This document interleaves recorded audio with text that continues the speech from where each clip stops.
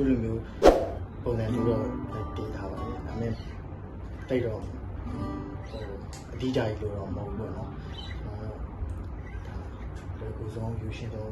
ပြပြပေးမှာဖြစ်ပါလေโอเคကြည့်ပါဒီလိုတီးပြီးတော့เนาะကျွန်တော်တီးခွင့်တီးနေကြည့်တီချိုတီးရယ်ပြလိုက်တီချိုနှစ်ကွက်ကြည့်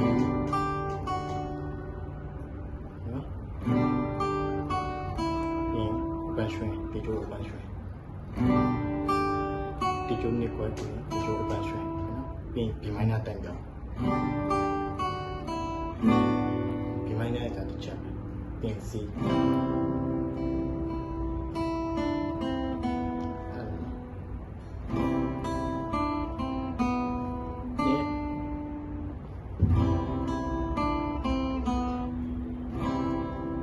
တီအိုပန်းရွှင်ဒီချို3ကွက်ပြင်တက်လိုက်တယ်ပြင်တီနှစ်ချိုပန်းရွှင်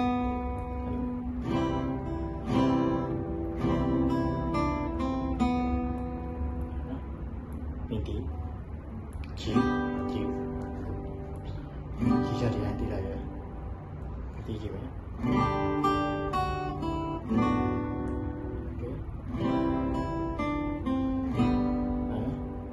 ပြင်စီပြန်လာတယ်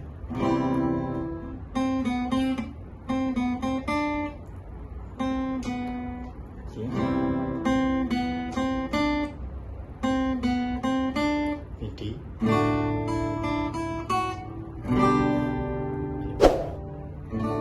ပြန်စားတယ်ဒီ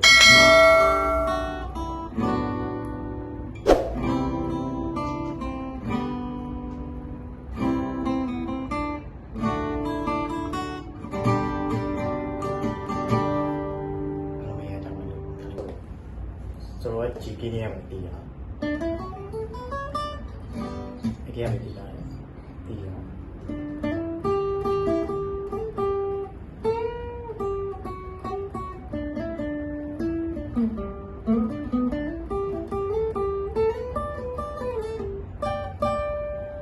အဲ့ဒါ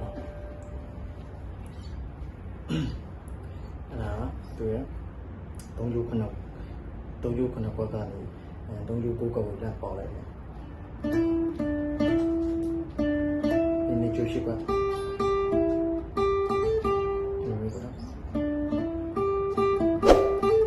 ဒီပန်းလိုက်တယ်